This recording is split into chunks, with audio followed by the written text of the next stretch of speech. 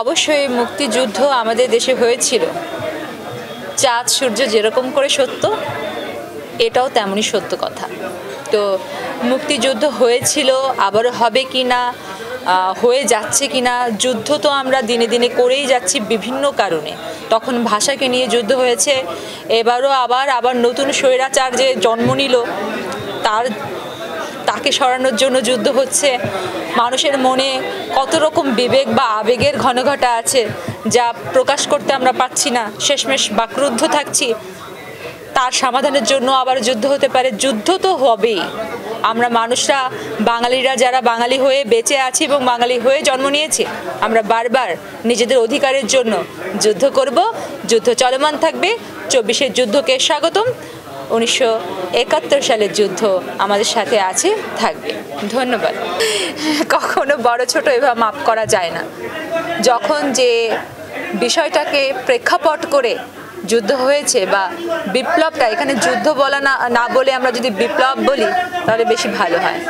বিপ্লবী চিন্তা ভাবনা তখন থেকে সৃষ্টি হয় যখন কেউ কোথাও তার নিশ্চিত অধিকার থেকে সে পিছিয়ে পড়ে, সে সেই অধিকারটা নিশ্চিত করতে না পারে, ঠিক তখনই বিপ্লবের সৃষ্টি হয়। সো বিপ্লব হতেই পারে, কোনো বিপ্লব ছোট নয়, কোনো বিপ্লব বড় নয়, স্বাভাবিক। বিক্রি করছে, কারা লালন করছে, আমি তো কারোর মন পড়িনি। তবে আমি এইটুকু জানি যে বিক্রি করা শব্দটা ব্যবহার না হোক, বিক্রি না করুক, সব কিছু ওন করার বিষয়। দিনে দিনে পরিবর্তন আসবে, আর পরিবর্তনশীল বলেই আমরা একের পর এক উন্নতি করছি। আমরা পুরো পৃথিবীর সাথে ধীরে ধীরে নিজেদেরকে খাপ খাইয়ে নিচ্ছি। আমরা একটা সময় আমাদের বাঙালিকে অনেকভাবেই ছোট করা হতো, কিন্তু এখন ছোট করার সেই সুযোগ নেই। আমরাও সকলের মতো মাথা উঁচু করে বাঁচব, আর কখনো ভেদাভেদ করব না। স্বাভাবিক জীবন চাই।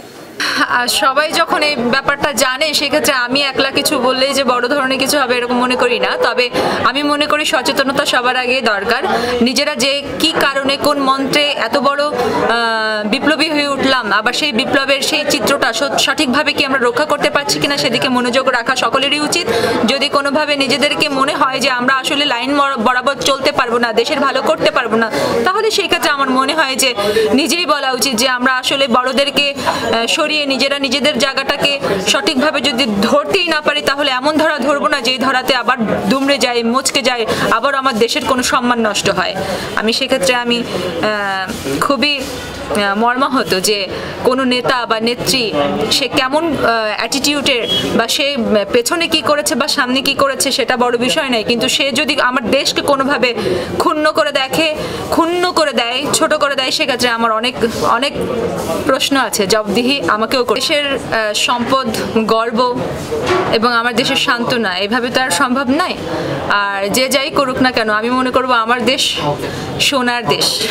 আমার দেশকে কেউ ডিম নিক্ষেপ করলো কি না, কয়েকটা পচা সন্তান মায়ের পেট থেকে সঠিকভাবে জন্ম পেয়েছে কিনা, সেটা নিয়ে আমার কোনো প্রশ্ন নয়। আমার আরও 10 ভাই বোন যে ভালো আছে, তাদেরকে নিয়ে আমি গর্ববোধ করতে চাই। তারা বেঁচে থাকুক, ভালো থাকুক। যারা যুদ্ধ করেছিল যোদ্ধাদেরকে সেলুয়েট, আর যারা মুক্তিযুদ্ধ করেছেন তাদেরকে অশেষ সম্মাননা এবং রেসপেক্ট রয়ে গেল। এক একজন এক একভাবে তার যাপন করে। আমরা আমাদের মতো ভালো আছি, তবে আরও ভালো থাকার আশ্বাস নিয়ে সামনে অনেক কাজ করে যাচ্ছি। তবে চিন্তা ছিল এবার যখন যুদ্ধ হয়েছে, নিশ্চয়ই আমরা আগে বা কোনো এক সময় কোনো সমস্যা নিয়ে যে সমস্যায় থাকতাম, মানে বলতেই পারতাম না, করতে চাইলে করতে পারতাম না, সেটা সমাধা হয়ে যাবে। কিন্তু এবারও তাই দেখছি, একই রকম যুদ্ধের যে বিপ্লবের যে ছোঁয়া ছিল, সেই ছোঁয়াটাকে অন্যভাবে ছোঁয়ানোর চেষ্টা। সোনার কাঠি রূপার কাঠি উল্টে গিয়ে অন্য কিছু হচ্ছে। সো এরকম চাইনি। আরও নতুন কিছু হোক, ভালোভাবে কিছু হোক, নতুন জীবন চাই। যে জীবনে কষ্ট হয় সে জীবন চাই না। শিল্পীরা সবসময় চায় স্বাধীন চেতা, স্বাধীনতা। একটা কথা বলার আছে যে আমার দেশে নিত্যনৈমিত্তিক সিনেমা নিয়ে মানুষের ভ্রান্ত ধারণাও কাজ করে যে ভালো গল্প নিয়ে কাজ হয় না, বা একটি সময় খুব উদ্ভ্রান্ত কিছু কাজ হতো নাকি। তো আমি আমার সময় থেকে যখন সিনেমা দেখা শুরু করেছি খুব ভালো ভালো সিনেমা উপহার পেয়েছি। এবারও যে সিনেমাটা প্রেস মিট হলো আমার কাছে ভালো লেগেছে, আমি ট্রেলার দেখেছি। আর যারা কাজ করেছেন হিরো হিরোইন হিসেবে যারা কাজ করেছেন, নবাগত যে নায়িকা কাজ করেছেন, সব মিলে সবার কথা আমি বলতে পারবো যে তারা সকলেই অবশ্যই অভিনয়ে পারদর্শী এবং তারা শিখতেও এসেছেন এবং পাশাপাশি নিজের ভেতরে যে ক্রিয়েটিভিটি আছে সেটাও প্রকাশ করতে এসেছেন। সো যারা নির্মাতা তারা এরকম সকলকে সুযোগ করে দিন, যারা ক্রিয়েটিভ পারসন তাদেরকে পর্দার সামনে এনে দেওয়ার যে সুযোগটা করে দিচ্ছেন সেজন্য তাদের প্রতি অনেক শুভকামনা। এবং এরকম নতুন সিনেমা করে যাচ্ছেন, একের পর এক নতুন নতুন গল্প নিয়ে আসছেন, নতুন পরিচিতি আনছেন, তাদের জন্য শুভকামনা। সুন্দর করে বলবো যে এটাই যে এভাবে কাজ হয়ে যাক, আমাদের দেশটা যেন উন্নত বিশ্বের কাছে এবং দেশের এমন কোনো জায়গা থাকবে না যেখানে মানুষ কোনোভাবে মানসিক বিকারগ্রস্ততায় ভোগে।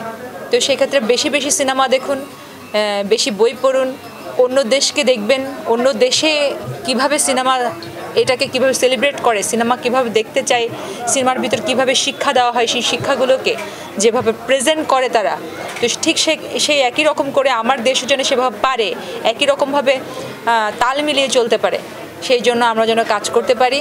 আমাদের নির্মাতা ভাই বোনেরাও যেভাবে কাজ করছেন, পাশাপাশি প্রডিউসাররা যেভাবে তাদের অর্থ এবং সময় দিয়ে মেধা দিয়ে আমাদের পাশে রয়েছেন, এভাবে কাজ হয়ে যাক সেই আশা করব।